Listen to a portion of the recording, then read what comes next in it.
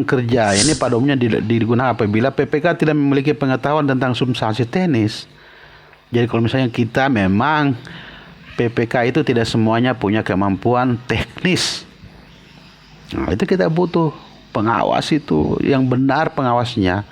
Kita milih yang benar dan pengawas betul-betul melakukan pekerjaannya dan kita melakukan koordinasi dengan pengawas. Jadi janganlah memilih pengawas yang abal-abal juga. Apabila kita sebagai PPK itu tidak memiliki pengetahuan teknis yang mumpuni hasil pekerjaan kalau konstruksi. Hati-hati, jadi itu harus kita lakukan, tahapannya itu dilakukan betul dan dilakukan dengan sungguh-sungguh. Sekali lagi bahwa ada aspek hukum yang menanti kita apabila kita tidak melakukan pekerjaan itu sesuai tahapan dan prosedur yang telah ditetapkan. Ya, teman-teman PPK itu berhati-hatilah, gitu. Nah, hukum pidana itu akan masuk apabila ada indikasi kuat merugikan keuangan negara. Tidak bisa ditambah anggarannya, berarti penetapan pemenang tadi itu dibatalkan. Ya, menambah atau mengurangi volume yang tercantum dalam kontrak bisa diadendum. Menambah dan atau mengurangi jenis kegiatan bisa diadendum. Mengubah spesifikasi teknis sesuai dengan kondisi lapangan harus dipantau. Bisa saja terjadi ada sesuatu di luar kontrak yang dilakukan yang terlewat apabila kita tidak lakukan pemantauan secara berkala. Ditegur gitu apabila ada penyimpangan atau ada yang tidak sesuai kontrak. Nah, kita uji petik itu misalnya kita milih salah satu atau lebih barang yang sudah misalnya betul tidak ini campuran betonnya dalam kontrak spesifikasi 321 misalnya, pasir 3, kerikil 2, misalnya semen 1. Jangan sampai ini yang terjadi di daerah sekarang ini campurannya adalah satu mobil truk, satu sak semen, berbahaya gitu. Itu kita lakukan uji gitu.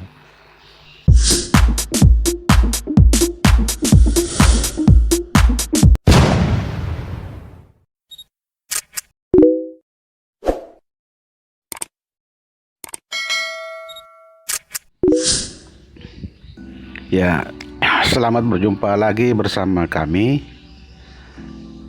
Kali ini kita akan membahas tentang tugas-tugas yang harus dilakukan oleh PPK, pejabat pembuat komitmen. Kali ini kita akan bicarakan soal bagaimana perumusan perjanjian atau kontrak pengadaan barang dan jasa pemerintah dalam bentuk surat perjanjian. Jadi teman-teman PPK bisa mengikuti video ini paling tidak sebagai gambaran, sebagai alat bantu dalam rangka melakukan perumusan perjanjian kontrak pengadaan barang dan jasa pemerintah ya, dalam bentuk surat perjanjian gitu.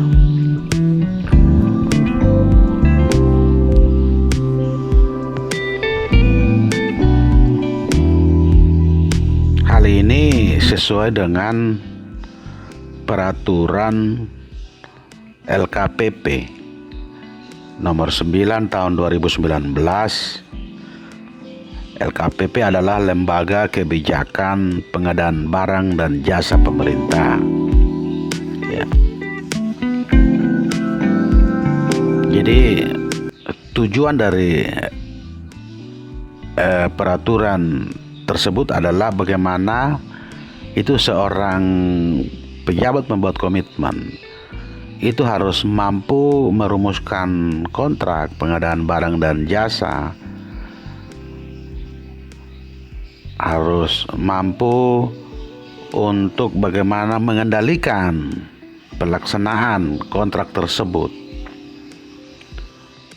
Dan yang terakhir adalah bagaimana melakukan serah terima dari hasil pengadaan barang dan jasa pemerintah tersebut gitu.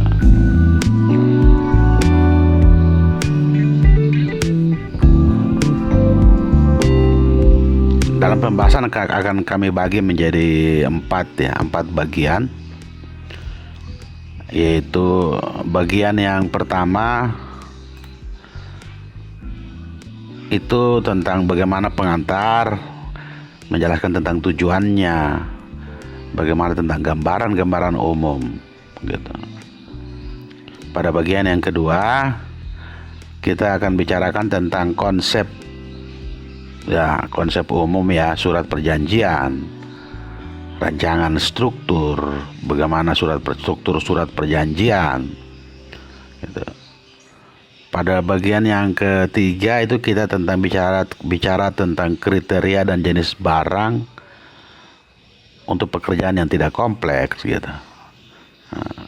Bagaimana seorang PPK itu bisa mengendalikan kontrak untuk pekerjaan gitu.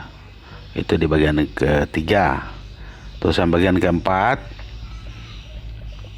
itu kita akan bicara tentang bagaimana prosedur serah terima pekerjaan yang telah dibuatkan kontraknya tersebut.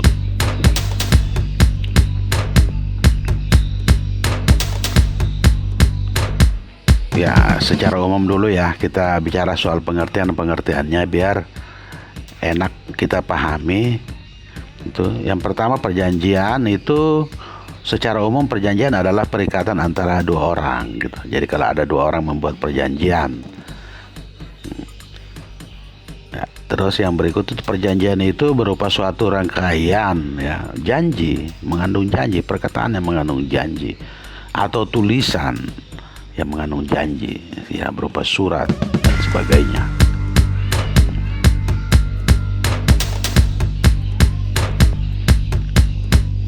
Sekarang kita masuk ke jenisnya Apa itu jenis kontrak pengadaan barang dan jasa? Itu ada 5 Yang pertama, jenis kontrak lump sum. Itu kontrak dengan ruang lingkup pekerjaan dan jumlah harga yang pasti. Jadi lingkup pekerjaannya pasti, harganya pasti. Terus diperkirakan dia itu tetap dalam batas waktu tertentu. Ya, itu dengan ketentuan semua risiko ditanggung oleh penyedia gitu.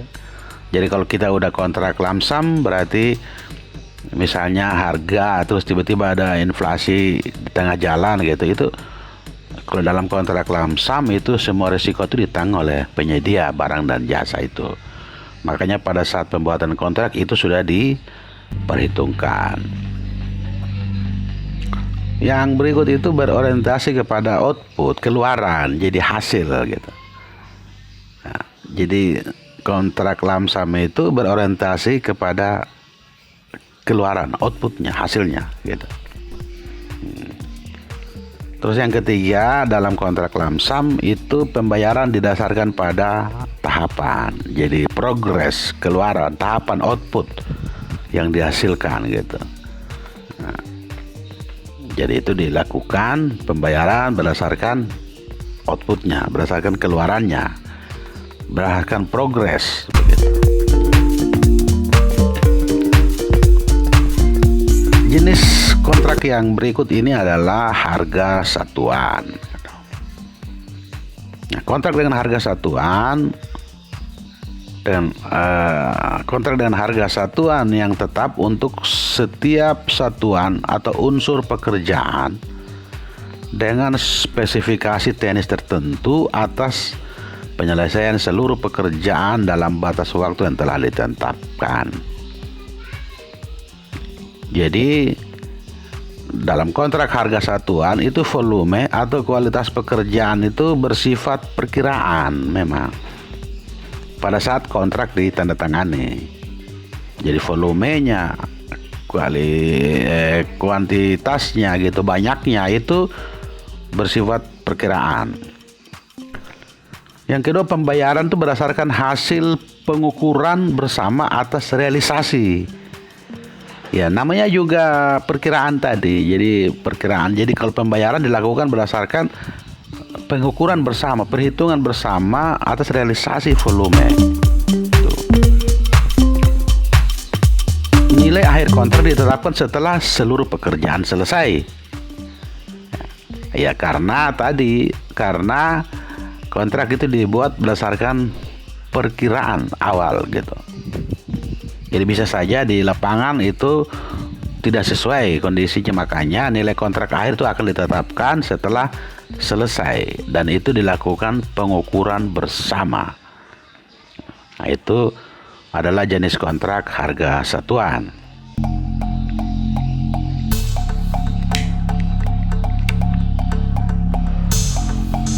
Jenis kontrak yang berikut adalah gabungan dari lamsam dan harga satuan.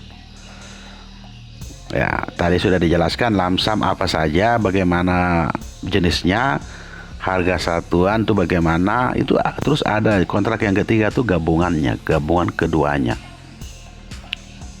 Itu merupakan kontrak gabungan lamsam dan harga satuan dalam satu pekerjaan yang diperjanjikan. Ada bagian-bagian tertentu yang memang sudah pasti itu dilakukan dengan lamsam, dan ada bagian-bagian yang belum pasti itu akan dilakukan dengan harga satuan. Begitulah kira-kira teman-temanku sekalian.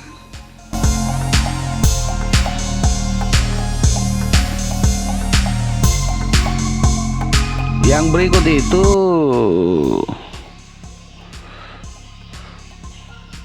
kontrak pengadaan pekerjaan konstruksi atas penyelesaian seluruh pekerjaan dalam batas waktu tertentu. Turnkey. Nah, itu ketentuannya adalah jumlah harganya pasti dan tetap sampai seluruh pekerjaan selesai dilaksanakan. Pembayaran dapat dilakukan berdasarkan termin sesuai kesepakatan dalam kontrak.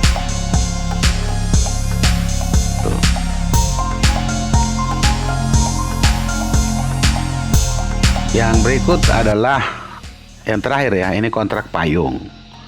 Nah, ini nanti kita jelaskan di bagian keempat ya, nanti di akhir review ini.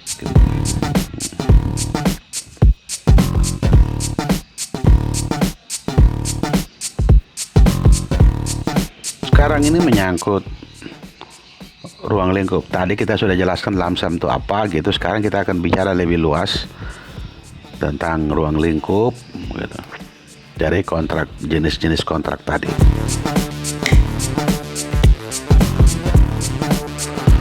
Jenis kontrak lamsam itu dalam hal ruang lingkup waktu pelaksanaan pekerjaan dan produk atau output atau keluaran dapat didefinisikan dengan jelas. Sudah dihitung dengan jelas. Jadi kalau dia jelas pasti, itu bisa. Itu dihitung dengan lamsam. Kontrak konsultan lamsam digunakan misalnya konsultan manajemen, studi kelayakan, desain, penelitian, studi kajian telaahan, pedoman, petunjuk, evaluasi produk.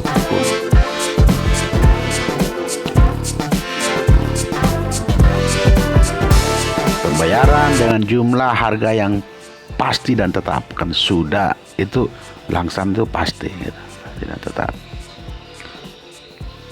tanpa memperhatikan rincian biaya.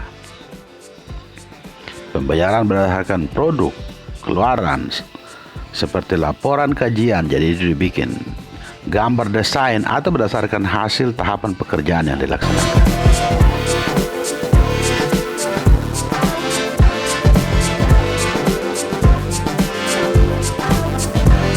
Dalam hak ruang lingkupnya belum bisa didefinisikan, yaitu yang tadi ya, yang harga satuan.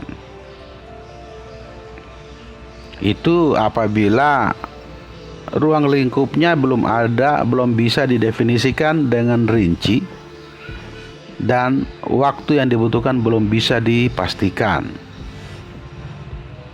Ya, digunakan misalnya untuk prastudi kelayakan, pekerjaan studi kelayakan termasuk konsep desain. Ruang lingkup dimungkinkan berubah secara substansi, bisa. Pekerjaan yang ruang lingkupnya kecil dan atau jangka waktunya pendek, kompensasi berbasis harga per jam, per hari, per bulan atau.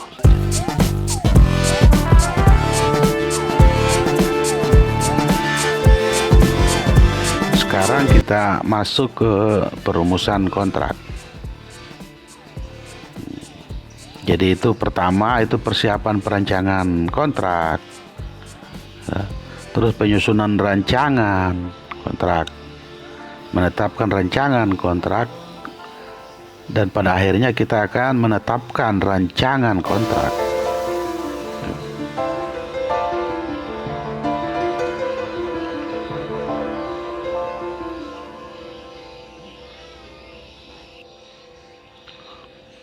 Yang berikut kita akan bicara soal perumusan kontrak. Ya.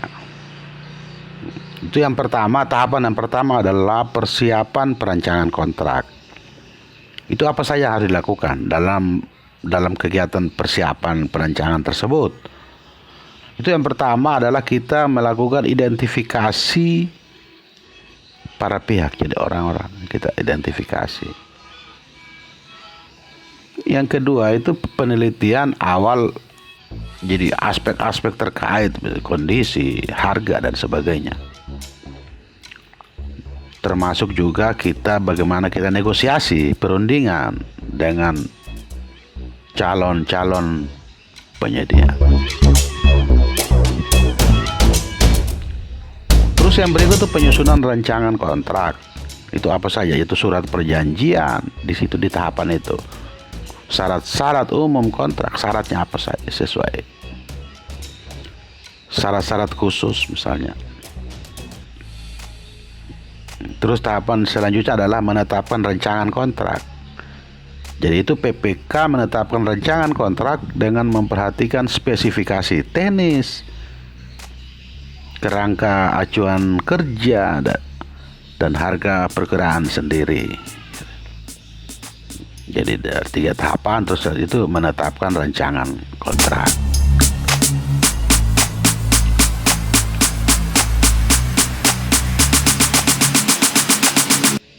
Selanjutnya ini apa? Ini kedudukan kontrak dalam tahapan kegiatan.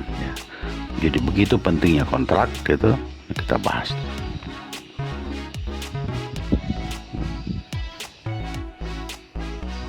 Jadi dalam suatu kegiatan pengadaan barang dan jasa pemerintah itu ada panduan, ada aspek hukum ya. Aspek hukum akan timbul apabila dalam pelaksanaan pengadaan itu terdapat indikasi merugikan keuangan negara.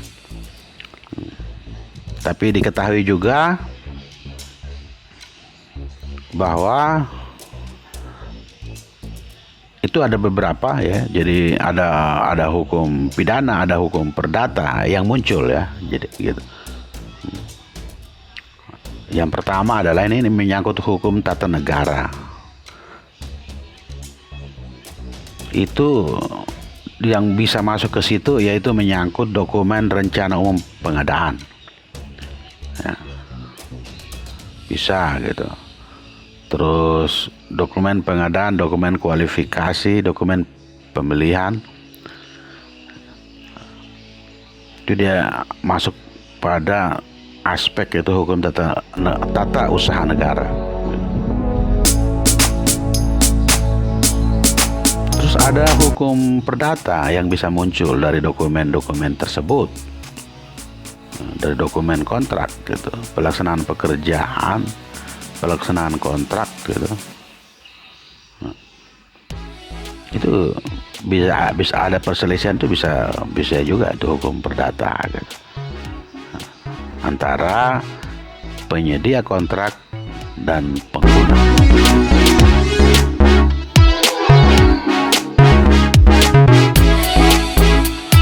Nah, di para pihak yang terlibat yaitu yang pertama itu pengguna anggaran atau kuasa pengguna anggaran.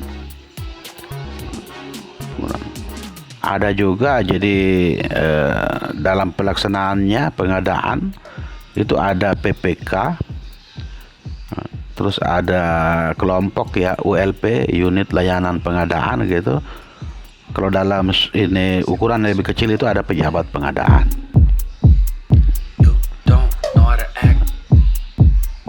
Terus yang berikut itu lagi yang benar tangani kontrak itu adalah PPK. Jadi ini ada aspek, makanya teman-teman PPK itu berhati-hatilah gitu. Hukum pidana itu akan masuk apabila ada indikasi kuat merugikan keuangan negara. Keuangan negara.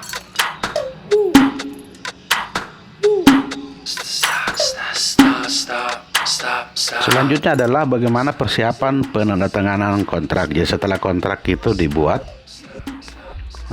bagaimana penandatanganannya? Itu biasanya penyedia jasa ya, itu diundang dalam sebuah rapat jadi itu di rapat dan itu dijelaskan gitu, kan? Jadi apa-apa saja yang dijelaskan dalam rapat tersebut. Itu yang pertama itu finalisasi rancangan kontrak tadi. Jadi rancangan kontrak dibaca, difinalisasikan gitu. Jadi dibaca untuk didengarkan gitu. Terus yang berikut lagi itu kelengkapan dokumen pendukung ya, misalnya jaminan pelaksanaan gitu. Ya, itu kita terima sebelum penandatanganan kontrak. Jadi jaminan pelaksanaan, asuransi, dan data pendukung lainnya. Setelah itu baru sudah masukkan dokumen-dokumen pendukung situ, baru kita penandatanganan kontrak. Selanjutnya apa lagi? Dalam hal-hal yang telah diklarifikasi,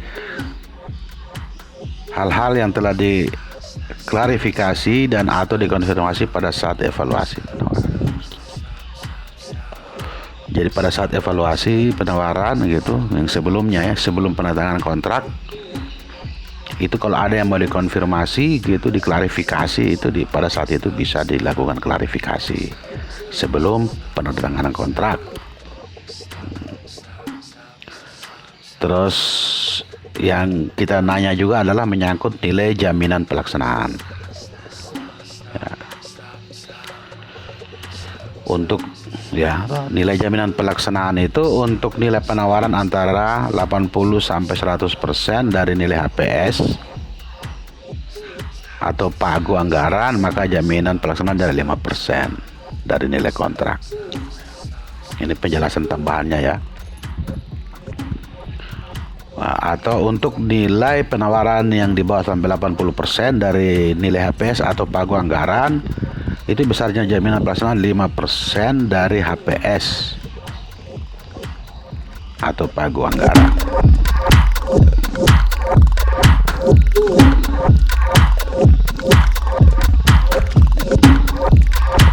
Ya, pejabat penandatanganan kontrak dan penyedia jasa ada larangannya juga. Tidak diperkenankan mengubah substansi hasil pemilihan penyedia sampai dengan penandatanganan kontrak, kecuali mempersingkat waktu pelaksanaan pekerjaan yang untuk biar cepat gitu, bisa lebih cepat.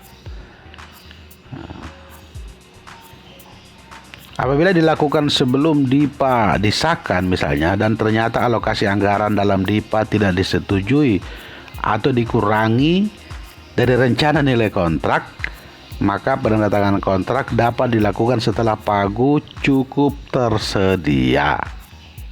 Tidak bisa kalau pagunya tidak tersedia, pagunya tidak cukup, kontraknya dilakukan, itu menyalahi ketentuan. Karena bagaimana kontrak ditandatangani dengan nilai tertentu sedangkan pagu dalam DIPA tidak mencapai nilai tersebut Jika penambahan pagu anggaran melalui revisi DIPA tidak tercapai, maka penetapan pemenang dibatalkan. Jadi kalau anggarannya tidak cukup, tidak sesuai dengan pembicaraan dalam kontrak, berarti kontrak tersebut belum boleh atau tidak boleh ditandatangani. Harus dilakukan revisi DIPA. Namun apabila revisi DIPA itu tidak dapat dilaksanakan atau misalnya ditolak, tidak bisa ditambah anggarannya, berarti penetapan pemenang tadi itu dibatalkan dan tidak bisa dituntut ganti rugi juga ya, gitu. Itu sesuai ketentuan. Ya. Yang berikutnya adalah bagaimana pelaksanaan penandatanganan kontrak. Tadi itu adalah sebelum penandatanganan kontrak dibicarakan terus bagaimana penandatanganan kontraknya. Tadi sudah saya jelaskan sebelumnya bahwa penandatanganan kontrak itu dilakukan setelah DIPA ditetapkan. Yang B, yang kedua, sebelum kontrak ditandatangani, PPK wajib memeriksa apakah pernyataan dalam data isian kualifikasi masih berlaku. Apabila salah satu pernyataan tersebut sudah tidak terpenuhi, maka belum bisa ditandatangani. Dia dicek. Penandatanganan kontrak dilakukan paling lambat 14 hari setelah diterbitkannya SPBBJ. Kecuali apabila DIPA belum disahkan, tidak bisa.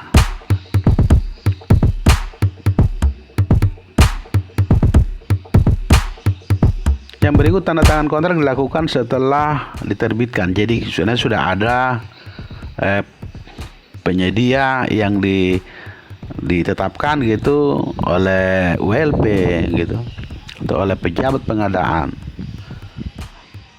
Dan setelah penyedia yang ditetapkan tersebut sebagai pemenang tersebut menyerahkan jaminan pelaksanaan.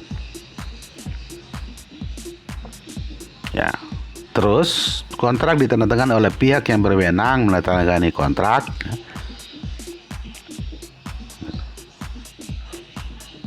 Jadi tadi bahwa penyedia menyerahkan jaminan pelaksanaan pada yang keempat ya. Itu nilai jaminan seperti yang saya jelaskan tadi di atas, nilai jaminan pelaksanaan untuk harga penawaran terkoreksi antara 80% sampai 100%. Jadi nilai penawarannya terkoreksi seperti itu, maka nilai total HPS adalah sebesar 5%.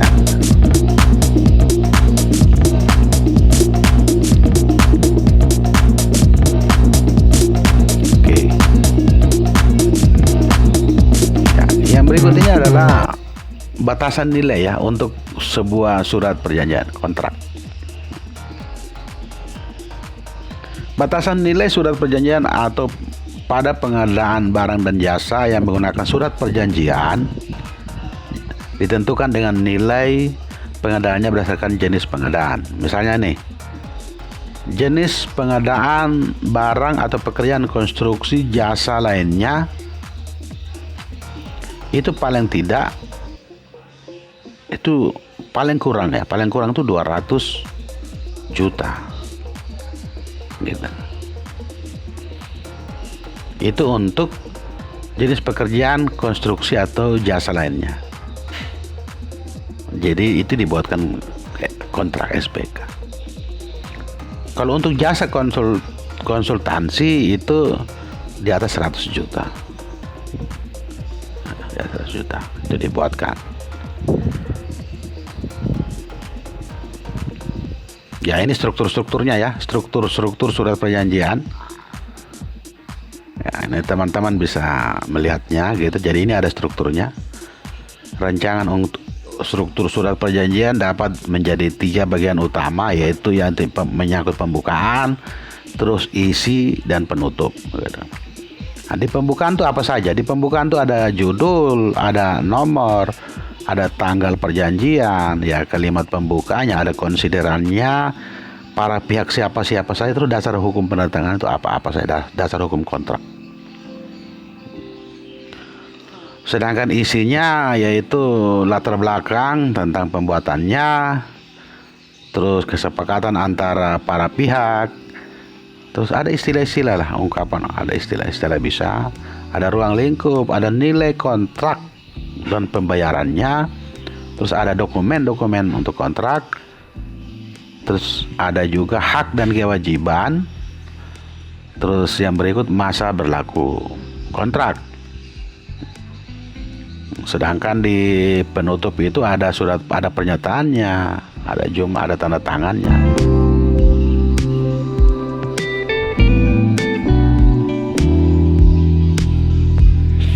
Selanjutnya adalah ini hierarki kontrak gitu. Ini dalam pekerjaan konstruksi.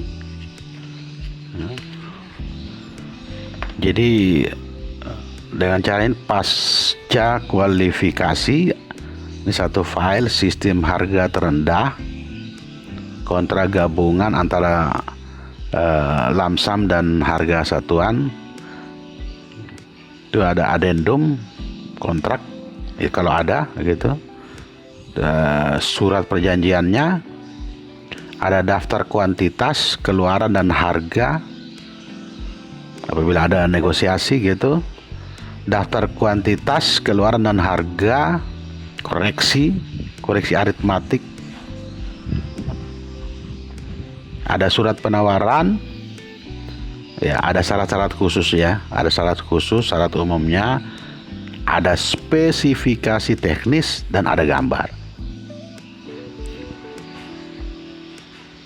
Kalau pasca kualifikasi harga terendah, kontrak dengan harga satuan itu ada adendum, bila ada adendum.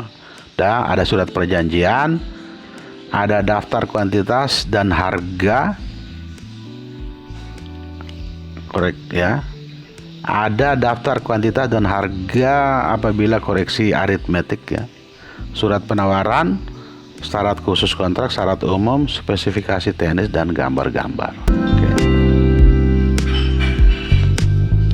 Kalau yang ketiga, pasca kualifikasi harga terendah kontrak lamsam itu, ya ada adendum, kalau ada adendum, surat perjanjian, surat penawaran, syarat-syarat khusus kontrak, syarat umum, gambar-gambar, spesifikasi teknis, daftar keluaran dan harga hasil negosiasi apabila ada negosiasi. Terus selanjutnya yang terakhir adalah daftar keluaran dan harga apabila ada koreksi aritmetik.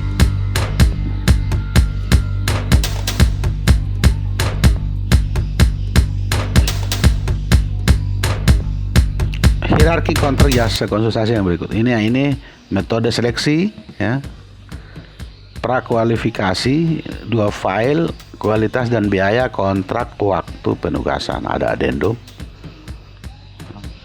Ini hal-hal yang harus dipenuhi, ada surat perjanjian gitu. Ya.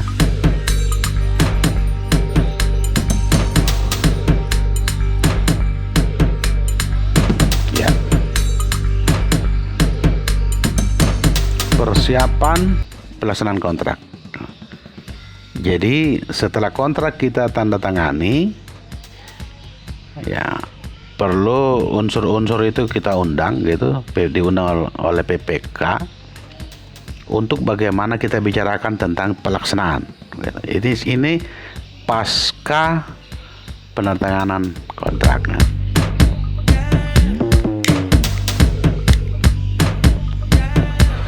Paling lambat 7 hari sejak ditetapkannya surat perintah mulai kerja, itu sebelum pelaksanaan pekerjaan harus menyelenggarakan rapat persiapan pelaksanaan kontrak.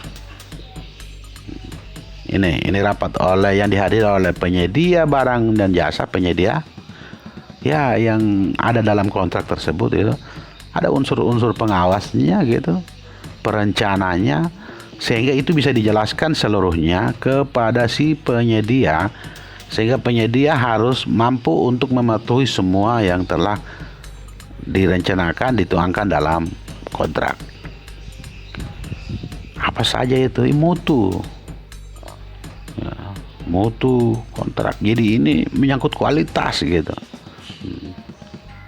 Bisa tata kerja, organisasi kerjanya, terus pengaturan pelaksanaan pekerjaannya bagaimana, jadwal pelaksanaan pekerjaan, ada penyusunan rencana dan pelaksanaan pemeriksaan lokasi pekerjaan. Itu dibicarakan semua.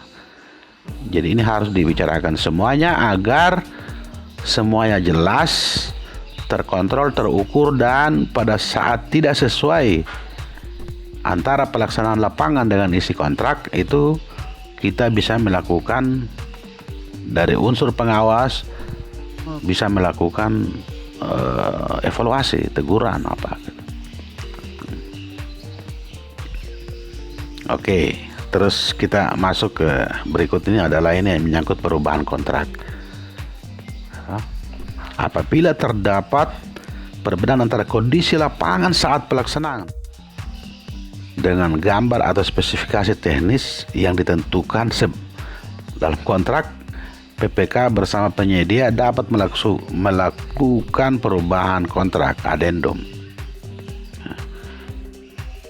Bisa saja terjadi waktu di awal itu, di tengah pelaksanaan, atau terakhir pelaksanaan kalau misalnya ada sesuatu yang terjadi. Jadi bisa di awal, bisa setelah, bisa di tengah dalam pelaksanaan, terus ada perubahan yang drastis gitu. Atau bisa juga di akhir.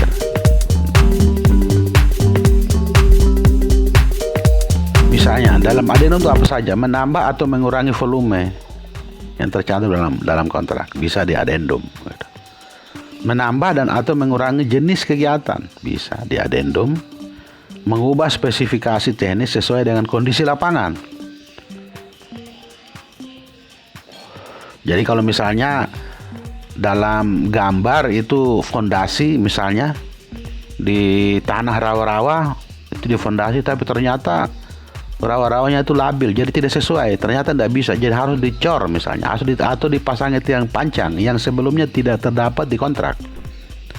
Itu bisa dilakukan adendum sesuai kondisi di lapangan.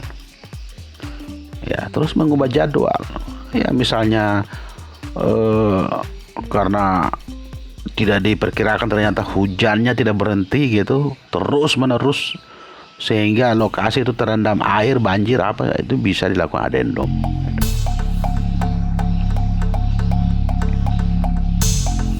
Itu adendum. Terus ini perubahan kontrak, adendum. Penambahan, pengurangan, penggantian lingkup dan item pekerjaan. Oke. Itu disusun ya, di spesifikasi gambar, dokumen lain yang untuk mendukung itu. Nah, terus itu akan diaplikasikan dalam pasal-pasal ya, pasal-pasal. Jadi itu kita identifikasi dulu masalah dan pemeriksaan perubahan. Oh, ternyata memang iya harus di adendum misalnya. Itu bisa harus diuji dan dilakukan penelitian juga. Jadi tidak serta-merta kan. Setelah itu baru persetujuan dan kita tanda tangan adendum kontrak.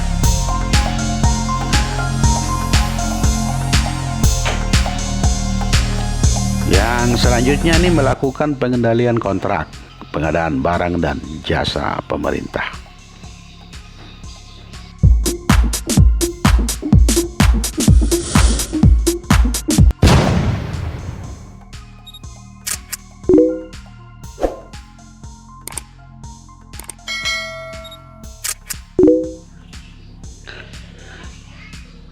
Kita lanjut pada bagian kedua. Jadi setelah kontrak ditandatangani, maka yang berikut adalah kita melakukan pengendalian terhadap pelaksanaan kontrak tersebut.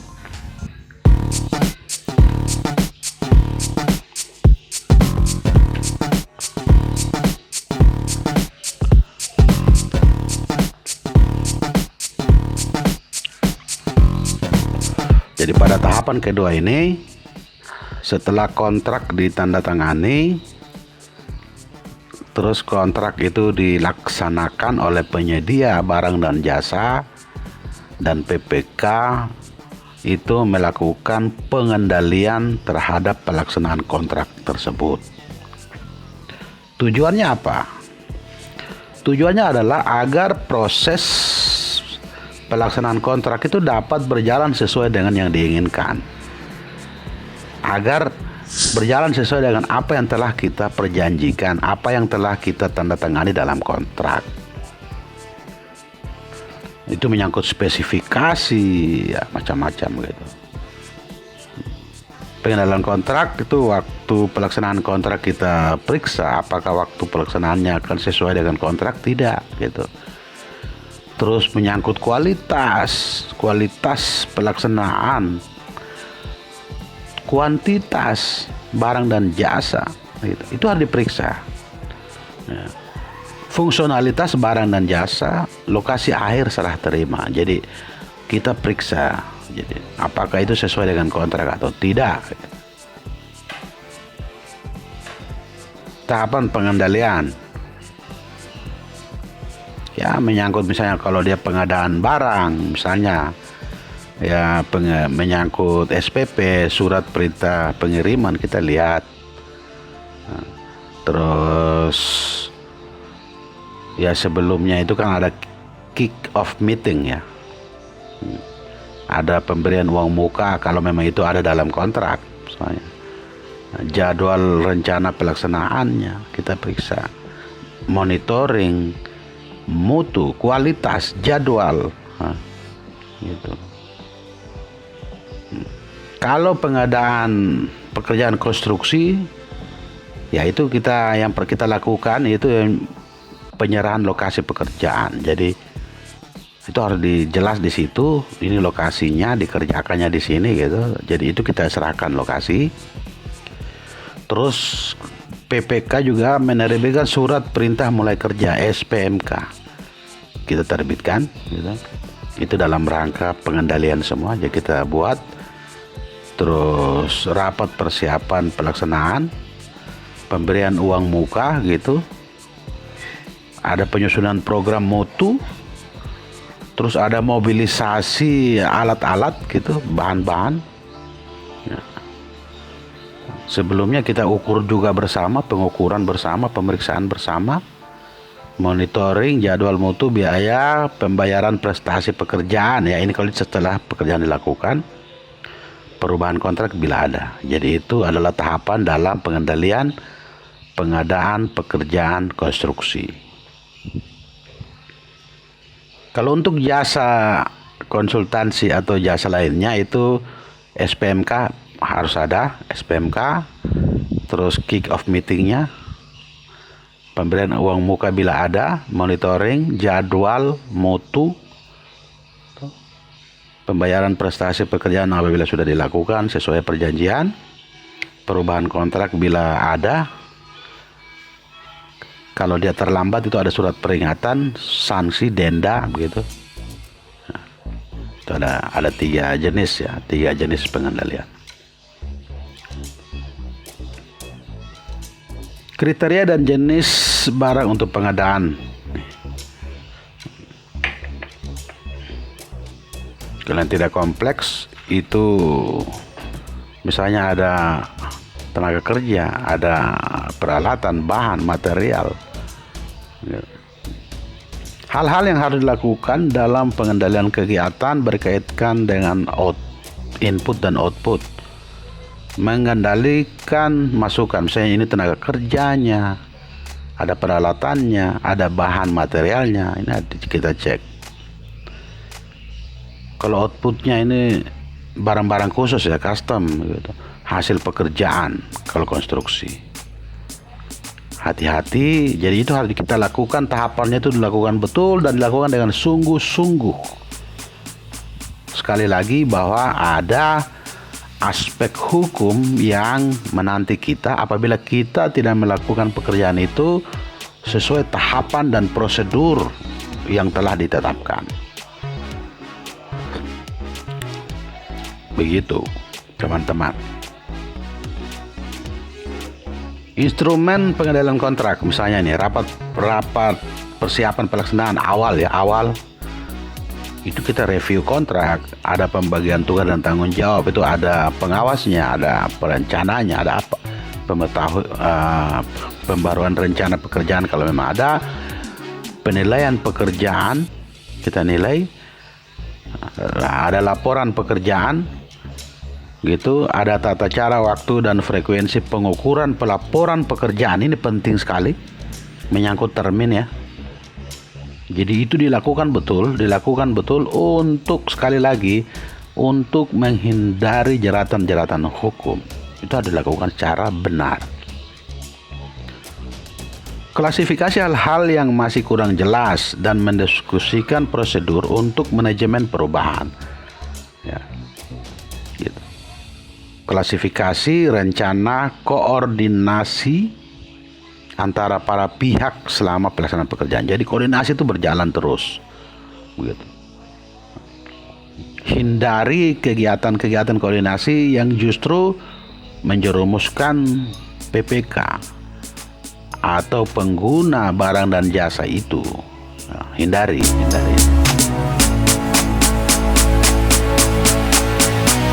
Yang kedua ini rencana mutu kontrak. Jadi RMK ya. Jadi dokumen sistem manajemen mutu dalam rangka menjamin mutu yang berfungsi sebagai panduan pelaksanaan kegiatan guna mencapai mutu yang disyaratkan dalam kontrak. Lakukan rapat berkala untuk pemantauan, karena itu harus dipantau. Bisa saja terjadi ada sesuatu di luar kontrak yang dilakukan yang terlewat apabila kita tidak lakukan pemantauan secara berkala. Jadi lakukanlah sesuai dengan ketentuan peraturan yang berlaku. Pemantauan berkala diperlukan untuk pengendalian pelaksanaan pekerjaan untuk pengadaan konstruksi. Ya, jadi tahapan-tahapan itu harus diikuti terus, dipantau pelaksanaannya. Kalau sudah terjadi, sudah selesai dan ternyata tidak sesuai kontrak, ya kita lalai juga dalam melakukan pemantauan. Rapat berkala untuk memantau kemajuan pekerjaan di lapangan. Itu kita rapat. Oh ya, pekerjaannya sekian persen, sekian, sesuai tahapan tidak gitu. Baik terkait kesesuaian spesifikasi, jadwal maupun biaya. Itu harus dilakukan. Metode dan instrumen pengendalian kontrak. Misalnya ini metode ya, cara pengendalian kontrak itu ya rapat khusus gitu. Atau bisa kita lakukan uji petik, kita cek. Atau bisa berupa informasi, laporan-laporan. Ya, laporan-laporan. Itu bisa ya, networking planning. Adalah jadwal pekerjaan yang berbentuk diagram net hubungan sehingga dapat diketahui lingkup pekerjaan gitu. Ya coba kita baca satu-satu gitu. Yang pertama ini menyangkut rapat khusus. Sebagai sarana pemantau terkait kontrak kritis pelaksanaan pekerjaan konstruksi. Rapat ini dilakukan untuk menyelesaikan permasalahan kontrak kritis. Tidak hanya hambatan, kendala, permasalahan, itu penyimpangan bahkan. Ya itu dilakukan rapat gitu, untuk itu diperiksa, ditegur gitu apabila ada penyimpangan atau ada yang tidak sesuai kontrak. Nah, kita uji petik itu, misalnya kita milih salah satu atau lebih barang yang sudah, misalnya kalau ini barang sudah dikirim, misalnya ini menyangkut pengadaan ini ya, barang ada yang sudah kirim, kita coba, kita cek satu sampel gitu, kita lakukan pemeriksaan, kita tes apakah sesuai tidak. Kalau di konstruksi itu kekuatan betonnya, kita uji petik, kita tes. Kalau memang kita tidak bisa, kita minta bantuan dari misalnya jasa marga PO untuk mengecek ke konstruksi betonnya ini apakah sesuai tidak dengan spesifikasi ini. Jadi kalau kita yang tidak bisa memahami secara baik, itu bisa konsultan pengawas misalnya. Kita cek betul tidak ini campuran betonnya dalam kontrak spesifikasi 321 misalnya. pasir 3, kerikil 2, misalnya semen 1. Jangan sampai ini yang terjadi di era sekarang ini, campurannya adalah satu mobil truk, satu sak semen, berbahaya gitu. Itu kita lakukan uji gitu. Untuk sekali lagi untuk menghindari masalah di kemudian hari.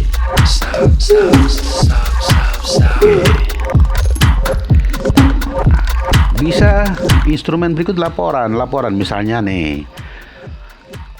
Ya, dokumen penting dalam pelaksanaan pengenalan untuk pekerjaan tidak kompleks yaitu menyertakan laporan penjaminan mutu dan pengendalian kualitas. Bentuk laporan berupa laporan harian, gitu, laporan mingguan. Jadi ada progres yang dibuat secara terus dalam bentuk laporan. Sehingga kalau ada masalah itu semua menjadi bukti bahwa Anda melakukan tugas secara baik, secara benar. Anda melakukan tugas secara profesional, berintegritas, dan secara amanah dalam pelaksanaan pengadaan barang dan jasa. Jangan coba-coba main mata, jangan coba-coba bernegosiasi di luar ketentuan yang berlaku. Karena sekali lagi ada dampak hukum yang menanti apabila Anda bermain-main dalam proses pengadaan barang dan jasa.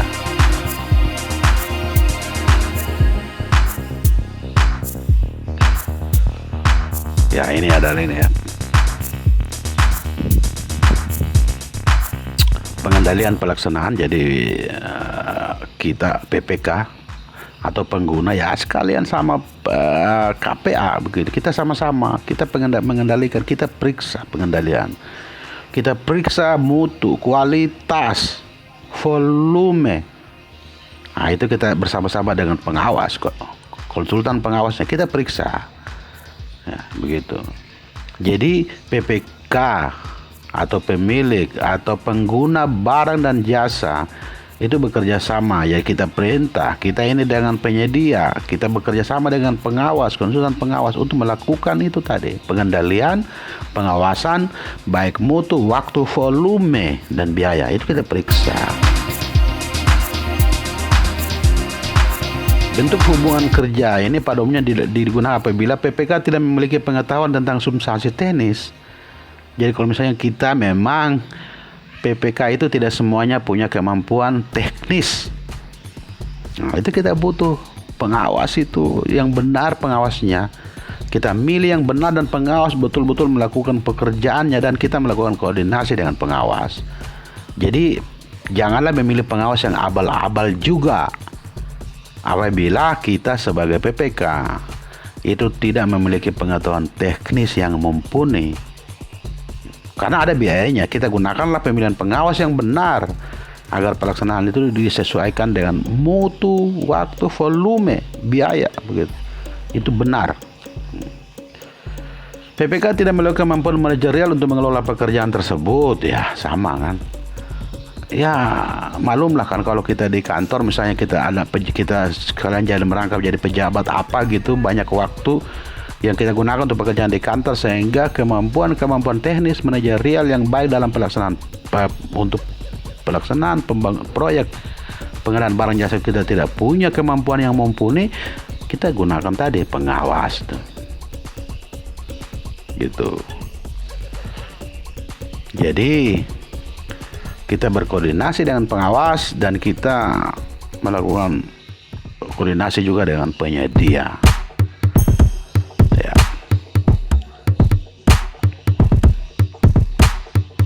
Ini personil yang diperlukan dalam tiap kerjasama ini. Ya, untuk pengguna ini ada pengguna anggaran, ada kuasa pengguna anggaran, ada bendahara. Ya kalau kita punya asisten teknis ya ada ya syukur gitu, ya kan, asisten administrasi gitu. Bendahara pembantu, PPTK kalau ada, kalau kita langsung PPK. Pengawas utama gitu.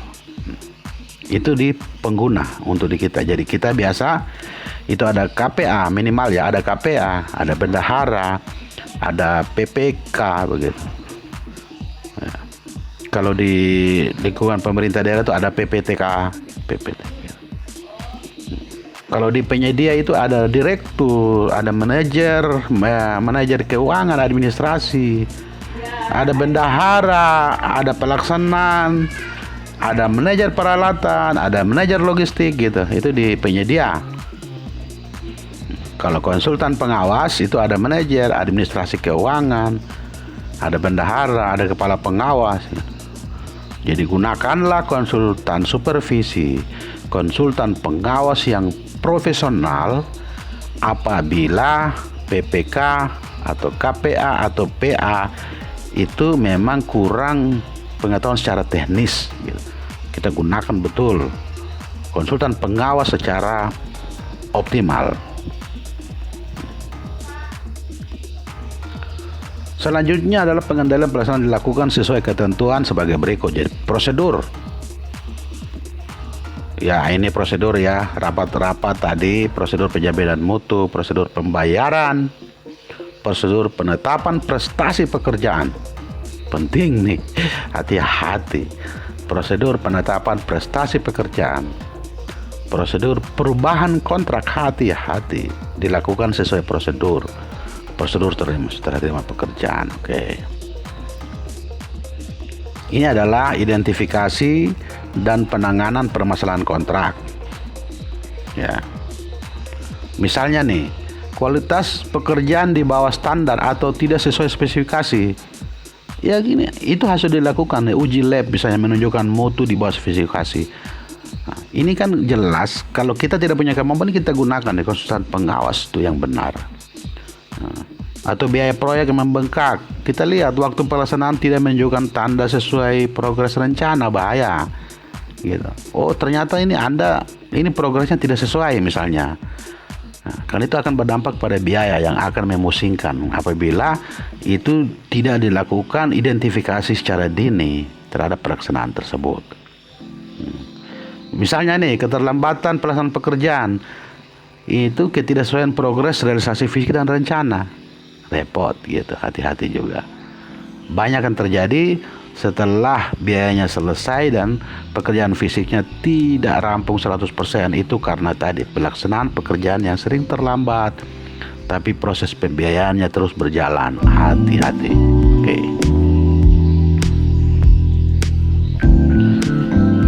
Ya, ini adalah dokumen ya, dokumen pengendalian ini. Jadi macam kita bisa bikin berupa grafik. Oh iya, progres hari ini misalnya dinding sekian gitu, pelasteran misalnya, ini untuk konstruksi ya, kita bikin. Itu bisa bikin berupa kurva. Oh seperti ini. Oh ternyata ini. Oh ya cocok gitu ya. Nah itu dalam rangka kita melakukan pengendalian yang ketat terhadap pekerjaan, apalagi itu pekerjaan konstruksi. Jadi monitoring pelaksanaan itu menyangkut jadwalnya, menyangkut biayanya, ya menyangkut kualitasnya. Itu menyangkut. Jadi aspek itu ada 3 ya. Pengukuran pengendalian proyek yaitu dengan catatan-catatan, informasi, grafik gitu. Terus ada monitoring pelaksanaan pekerjaan itu berdasarkan misalnya jadwal, biaya, ada kualitas gitu. Ya, bisa juga keadaan kahar gitu. Bisa. Berarti kan kalau keadaan kahar terjadi itu bisa terjadi ada adendum kontrak seperti itu.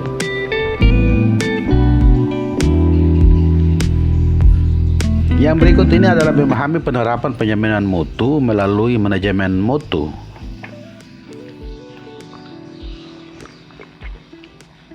Ini penting. Manajemen kualitas proyek untuk memastikan bahwa proyek akan memenuhi persyaratan yang telah kita tentukan. Baik menyangkut kualitas gitu, biaya dan sebagainya. Itu perlu dilakukan penjaminan mutu. Ini misalnya nih metode manajemen mutu, rencana mutu. Mengidentifikasikan standar kualitas mana yang relevan dengan proyek dan menentukan bagaimana memenuhinya. Berat memang, makanya konsultan pengawas harus betul-betul yang berkualitas, betul-betul yang mumpuni. mengevaluasi prestasi proyek secara umum secara reguler untuk meyakinkan bahwa proyek akan memenuhi standar kualitas yang relevan. Monitoring hasil-hasil pekerjaan tertentu untuk menentukan apakah memenuhi standar kualitas dan mengidentifikasi cara-cara mengeliminasi penyebab dari pencapaian yang tidak memuaskan. Lakukan.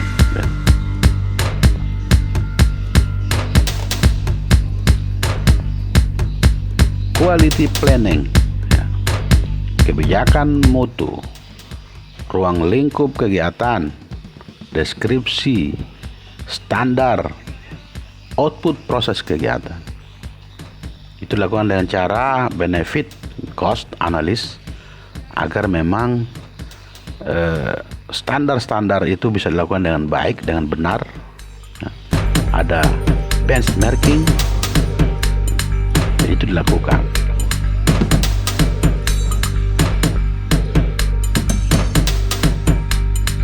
Oke, sekarang kita masuk ke, jadi yang pertama adalah penandatanganan kontrak, persiapan draft, rancangan, penandatanganan kontrak. Oke. Terus tahapan yang kedua adalah kita mengendalikan kontrak. Jadi pada saat pelaksanaan kontrak itu kita kendalikan. Dan yang terakhir ini adalah kita melakukan serah terima. Apabila itu sudah selesai, sudah sesuai dengan apa yang tertera dalam kontrak. Itu jadi tahapan yang terakhir adalah melakukan serah terima hasil pengadaan barang dan jasa. Serah terima itu apa? Serah terima adalah proses penyerahan hasil pekerjaan yang telah selesai oleh penyedia jasa dan sekaligus penerimaan oleh pejabat. Kontrak, jadi penandatanganan kontrak selaku pemilik. Jadi ini kontrak. Jadi kalau pekerjaan sudah 100%, terus penyedia barang dan jasa itu bersurat atau menyampaikan kepada PPK untuk serah terima, terus dilakukan pemeriksaan pekerjaan oleh PPK dan tim teknis. Periksa dulu gitu, periksa, terus kita bikinlah berita acara hasil pemeriksaan. Setelah dibikin hasil berita acara pemeriksaan, periksa ditandatangani semua tim teknis gitu, baru kita buat berita acara serah terima. Ya, setelah berita acara serah terima dibuat, kita serah terima kepada KPA oleh PPK, jadi serah terima gitu.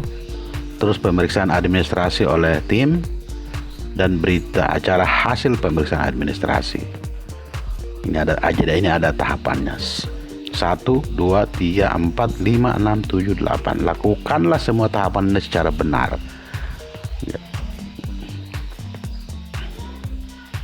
Memahami prosedur serah terima pekerjaan.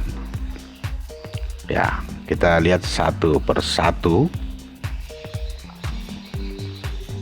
PPK menerima penyerahan setelah seluruh hasil pekerjaan adalah sesuai dengan ketentuan kontrak dan diterima oleh tim teknis.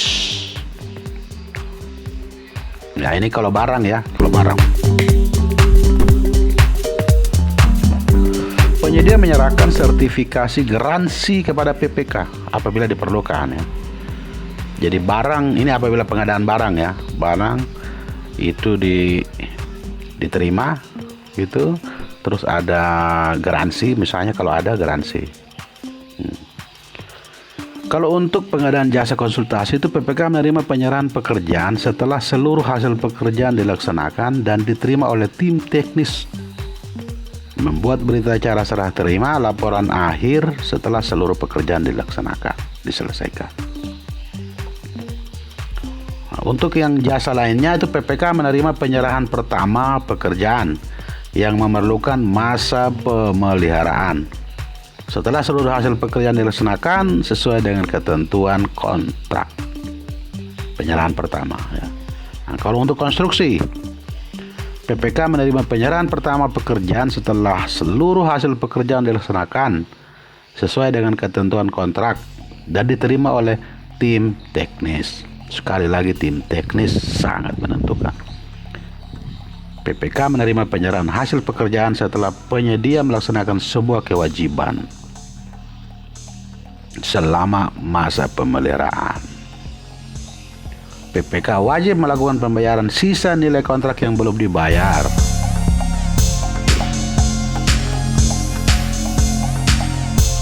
Kelengkapan dokumen harus dilengkapi oleh PPK saat proses penyerahan akhir hasil pekerjaan konstruksi. Itu yang A, permintaan tertulis dari penyedia kepada PPK untuk penyerahan akhir pekerjaan. Jadi penyedia bersurat kepada PPK untuk penyerahan akhir. Terus berita acara serah terima akhir antara penyedia dan PPK itu dibuat. Terus bukti pengembalian jaminan pemeliharaan atau pembayaran uang retensi dari nilai kontrak 5% dari nilai kontrak. Jadi penyedia jasa itu segera setelah pekerjaan fisik hampir selesai 100%, penyedia jasa melapor sekaligus dapat mengajukan permintaan secara tertulis untuk dilakukan serah terima sementara. Setelah menerima tembusan surat permohonan, maka direksi teknis segera melakukan pemeriksaan.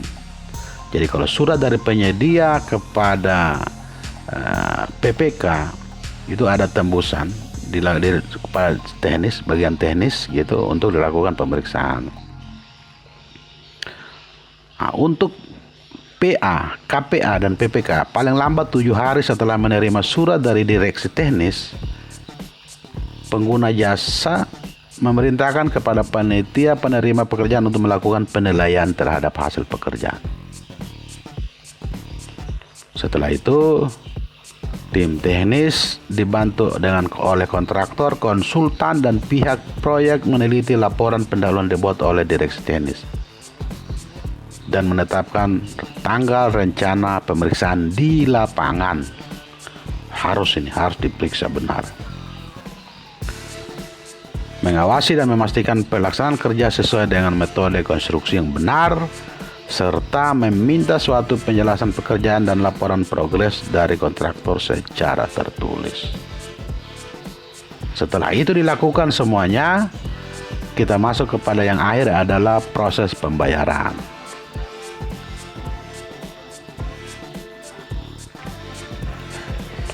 Termin pembayaran kontrak lump sum ini ada ini ya.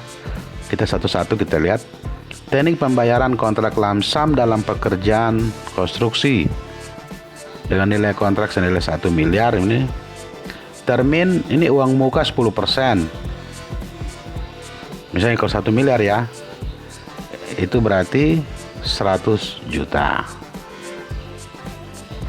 Termin 1 20%. Ya, 20%. Sisa 180 juta. Termin 2 50%. Total dari penyelesaian pekerjaan. Termin 3 75% dari total pekerjaan, persentase pekerjaan. Termin 4 100%. Untuk pekerjaan konstruksi, pembayaran harga satuan ya untuk konstruksi. Jadi ini ada, misalnya ini ada jenis pekerjaan, uraian pekerjaan, volumenya, terus satuan, harga satuan dan jumlah harga. Nanti itu dibuatkan laporannya. Oke, jenis pekerjaannya apa, volumenya berapa, harga satuannya berapa, gitu. Terus jumlah harganya berapa, nanti ada totalnya. Ya, ini adalah proses penjaminan mutu berdasarkan rencana mutu pekerjaan konstruksi. Ini contohnya ya, perusahaan ini ya.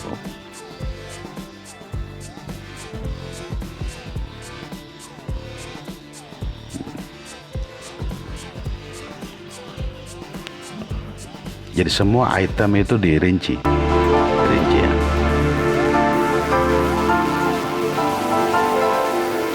Ya, dokumen-dokumennya, contoh-contoh dokumennya.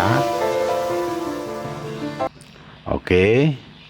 Dan sekali lagi bahwa lakukanlah seluruh tahapan itu secara profesional agar kita bisa secara ketat melakukan itu sehingga meminimalisir aspek-aspek penyalahgunaan kewenangan. Nah, atau bisa saja mungkin kalau kita tidak bisa secara teknis, berarti pemilihan konsultan pengawas tim teknis itu harus kuat, harus baik, dan melibatkan pihak-pihak yang memahami hal-hal teknis secara jelas. Oke, terima kasih dan sampai jumpa di pembahasan selanjutnya.